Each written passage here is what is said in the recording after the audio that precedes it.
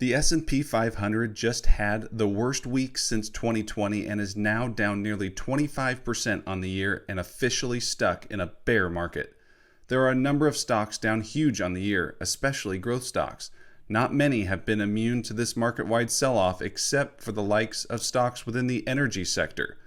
ExxonMobil, stock ticker XOM, is up 15% on the year. Chevron, stock ticker CVX, is up 25% on the year.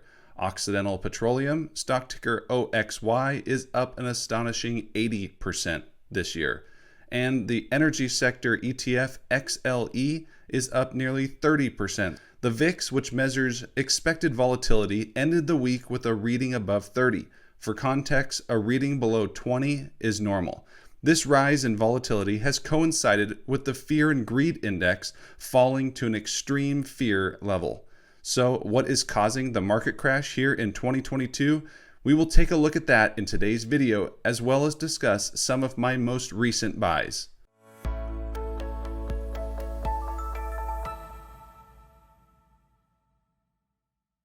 Thank you again for joining me today. If this is your first time joining the channel, welcome. My name is Mark Rusin. I am a CPA and not a financial advisor, so please perform your due diligence before investing in any stock or ETF mentioned. On this channel, we focus on dividend stocks, passive income, and building a portfolio that will thrive over the long term. If you love that and you love building passive income and building wealth, then do me a huge favor and click that like button down below, as that's huge for the growth of this channel moving forward, and consider subscribing and hit that notification bell so you will be notified anytime we drop a new video. Also, if you are new to investing, what better time to get started than during a time when we've seen a 20% plus pullback in the overall market? If that's you, or if you're just looking for a new platform, then check out down below the link to WeBull, where if you sign up for a new account and deposit any amount of money, they will give you 2 free stocks valued up to $300. So definitely take advantage of that promotion today. With that being said, let's dive into the video. So the overall stock market is down huge, and behind us now is the longest bull market in history. And we now find ourselves stuck in the middle of a bear market. What is going on? Let's begin with interest rates. This past week, the Federal Reserve increased interest rates 75 basis points, which was the highest rate hike we have seen since 1994. Higher interest rates will have an impact on numerous things. It will bring down valuations on the future earnings for stocks, which we will look at here in a second. It'll impact the housing market with mortgage loans, especially those with variable interest rates, or those looking to buy a home now are just going to pay that much more in interest expense. It will also impact the price to finance a car, and the list goes on. The main reason behind these interest rate hikes is due in part to curb inflation. A few weeks back, we got the May inflation report, which showed inflation climbed to 8.6% year over year, which was the highest we have seen since 1981. The Federal Reserve is attempting to ease consumers' purchasing power, which will hopefully lower inflation to their goal of 2%. Now, that is not likely to happen overnight. As such, these rate hikes are expected to continue throughout the remainder of 2022. This increases the talk of a pending recession. The definition of a recession is a slowdown in the economy where we have 2 consecutive quarters of decreasing GDP. Are we already there? Potentially.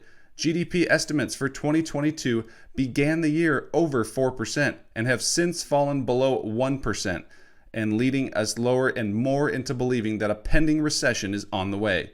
On top of higher interest rates and high inflation, we got a consumer sentiment report that was the lowest we have seen since the 1980s, again suggesting consumers are concerned about the direction of the U.S. economy.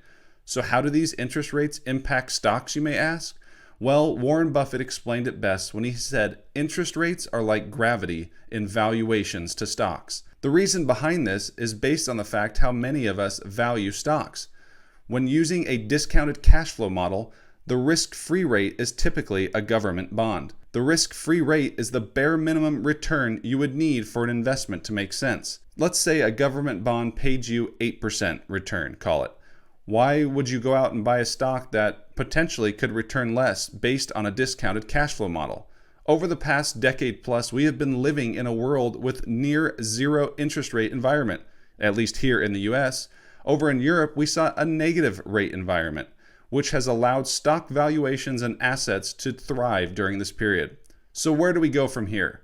Volatility is expected to remain high, interest rates will continue to rise moving forward, and the new inflation reports that are coming will be imperative to see if these rise in interest rates are giving us any relief. Housing is also beginning to look like it is being impacted as well. We're seeing higher inventory, but buyers are beginning to retreat. We just saw the lowest number of mortgage apps last month in over 22 years. Frankly, the cost of owning a home as compared to even just 3 months ago is hundreds of dollars more, just due in part to higher interest costs. We're also seeing housing prices come down and seeing market adjustments come down as well, something we haven't seen for over a decade, it seems like. And we are now at the phase where sellers who are on the sidelines are now saying to themselves, we need to sell now so we don't miss the top. Or you may have others that want to downsize due to the economic trouble they see coming ahead. All in all, the economy does not have a lot going right for it right now, so it is imperative that you prepare. Prepare financially by ensuring you rid yourself of any variable debt to the extent you can. Set up a monthly budget if you don't already have one, so you know where your money comes in and where it's going out. And take advantage of market dips to build a sustainable portfolio on the pullback. Do not jump in all at once, as we do not know where the bottom is. No one does. This is the idea of dollar cost averaging. Say you want to invest $1,000 in an S&P 500 ETF or an individual stock like Apple. Put $250 in every month and layer into this position. With that being said, let's conclude by going over the last 2.5 positions I have added to my portfolio. The first position I added recently was a self-storage REIT known as CubeSmart, stock ticker CUBE. CubeSmart is a self-storage REIT similar to that of Public Storage, which you may be more familiar with. If there is one business out there that can excel in any economic environment, it has to be self-storage. In times of strong economic activity, especially here in the US, Americans love to accumulate things, but they only have so much room, thus the need for self-storage. Shares of Cube currently trade at a price to FFO of 16.5 times. Compare that to the likes of Public Storage, which trades at over 21 times. The REIT pays an annual dividend of $1.72 per share, which equates to a dividend yield of 4.3%. So regardless of what the stock is doing, you can count on earning 4.3% on your investment in the form of dividends. Over the past 5 years, Cube has increased the dividend by nearly 10% per year, which is some nice dividend growth, especially for a REIT. And they have increased the dividend now for 12 consecutive years and counting. The second dividend stock I recently added was actually an ETF, and it was the Schwab US Dividend ETF, stock ticker SCHD. If you have followed my portfolio updates at all, then you know I love SCHD, as it is one of my largest positions. SCHD is a very broad-based ETF, and the top 10 positions include the likes of Merck, stock ticker MRK, Amgen, stock ticker AMGN, Pfizer, stock ticker PFE, Coca-Cola Company, stock ticker KO, PepsiCo, stock ticker PEP, IBM, Texas Instruments, stock ticker TXN, Broadcom, stock ticker AVGO, Verizon Communications, stock ticker VZ, and the Home Depot, stock ticker HD. And these top 10 positions make up 40% of the entire ETF. On the year, SCHD is down 13%, thus outperforming the S&P 500, but down nonetheless. The ETF has an expense ratio of only 0.06% and pays an annual dividend of $2.26 per share, which equates to a dividend yield of 3.22%. Over the past 5 years, we have seen SCHD increase the dividend at an average rate of 12% per year, which is also some nice dividend growth. Now you may be asking yourself, what is this 2.5 latest buys all about? Well, I just gave you 2, now let me give you the half. And that has to do with options. I have been buying and selling options over the past few months, creating income that has been roughly around $2,000 per month. This has helped offset the greater losses in the portfolio, but it has also allowed me to put more cash to work than I normally would. In this market, I have been looking at two primary option strategies. The first being covered calls, and the second being selling puts.